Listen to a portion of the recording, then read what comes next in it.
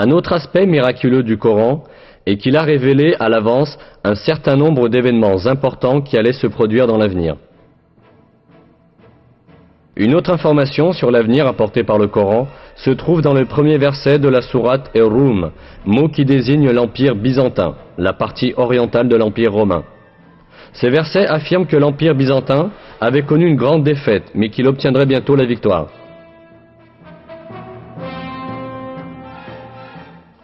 Les Romains ont été vaincus dans le pays voisin, et après leur défaite, ils seront vainqueurs dans quelques années. C'est à Dieu qu'appartient l'ordre, avant comme après.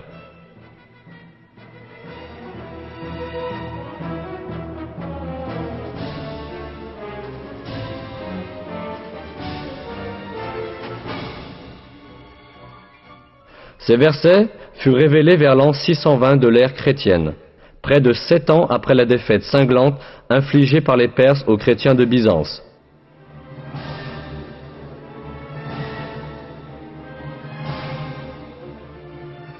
En fait, Byzance avait alors subi de telles pertes qu'il semblait impossible qu'elle puisse même continuer à exister, et encore moins connaître à nouveau la victoire.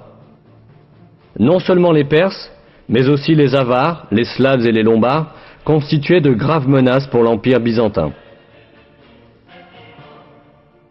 Les Avars étaient arrivés jusqu'au mur de Constantinople. L'empereur byzantin, Héraclius, avait ordonné de faire fondre l'or et l'argent des églises et d'en faire des pièces de monnaie, afin de faire face aux dépenses de l'armée.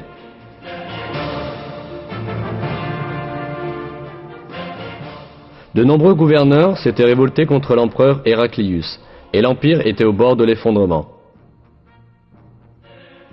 La Mésopotamie, la Cilicie, la Syrie, la Palestine, l'Égypte et l'Arménie, qui avaient auparavant appartenu à Byzance, avaient été envahis par les Perses idolâtres.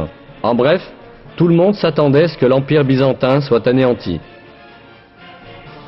C'est à ce moment-là que les premiers versets de la sourate Ar-Rum ont été révélés, annonçant que Byzance triompherait à nouveau dans quelques années.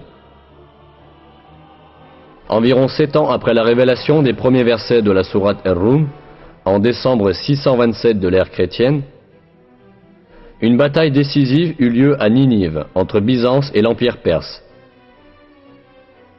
Et cette fois, à la surprise générale, l'armée byzantine vainquit les Perses. Quelques mois plus tard, les Perses durent conclure un accord avec Byzance, les obligeant à rendre les territoires qu'ils lui avaient pris. En fin de compte, la victoire des Romains, proclamée par Dieu dans le Coran, s'était miraculeusement réalisée.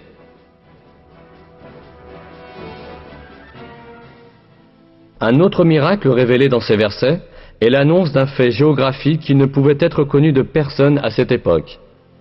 Dans le 3e verset de la sourate Ar-Rum, nous apprenons que les Romains ont été vaincus dans la région la plus basse de la terre. Cette expression, Adna el-Ard en arabe, a été interprétée dans la plupart des traductions comme signifiant un endroit voisin. Cependant, ce n'est pas le sens littéral de l'expression, mais plutôt une interprétation au sens figuré. Le mot Adna en arabe est dérivé du mot Dani, qui signifie bas, et Ard signifie la terre.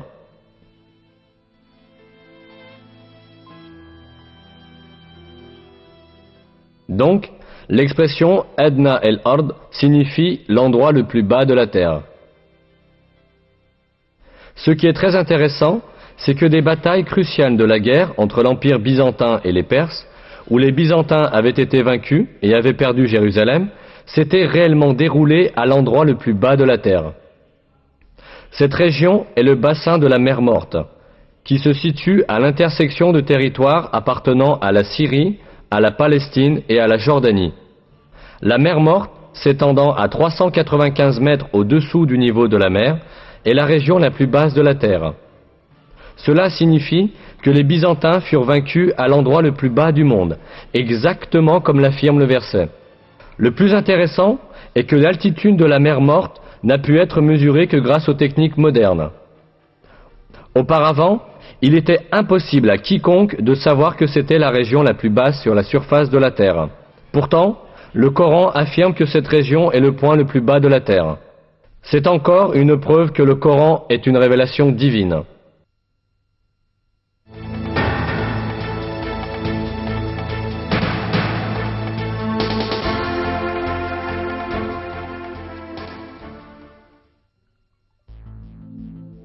À part ces caractéristiques miraculeuses que nous avons examinées jusqu'ici, le Coran comporte aussi un miracle mathématique. On en trouve un exemple dans le nombre des répétitions de mots dans le Coran. On s'aperçoit que certains mots apparentés sont répétés le même nombre de fois. Voici quelques exemples de ces mots et le nombre de leurs répétitions dans le Coran. Le mot jour est répété 365 fois au singulier, tandis que jour, au duel ou au pluriel, revient 30 fois.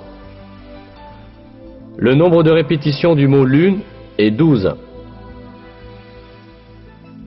Le mot châtiment est répété 117 fois, tandis que la fréquence du mot pardon, qui est l'un des principes fondamentaux du Coran, est exactement le double.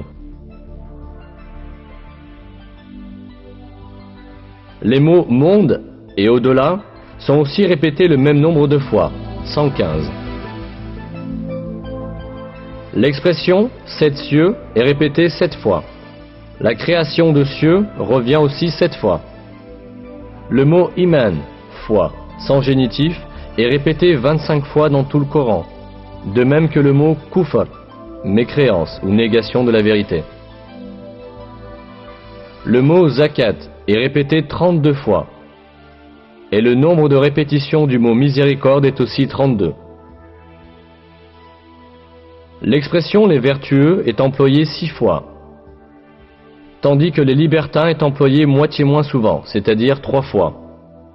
Être humain est employé 65 fois, et on obtient le même nombre en additionnant le nombre de fois où sont mentionnés les stades de la création de l'homme.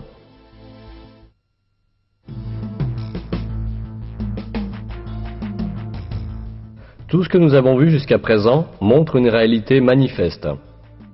Le Coran est un livre si extraordinaire que tout ce qu'il rapporte s'est avéré vrai, et que des faits que nul n'aurait pu connaître à l'époque ont été annoncés dans ces versets.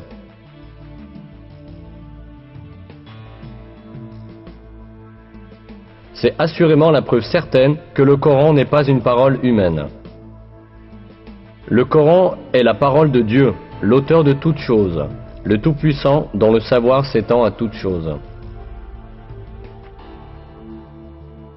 Dans un verset, Dieu nous dit sur le Coran: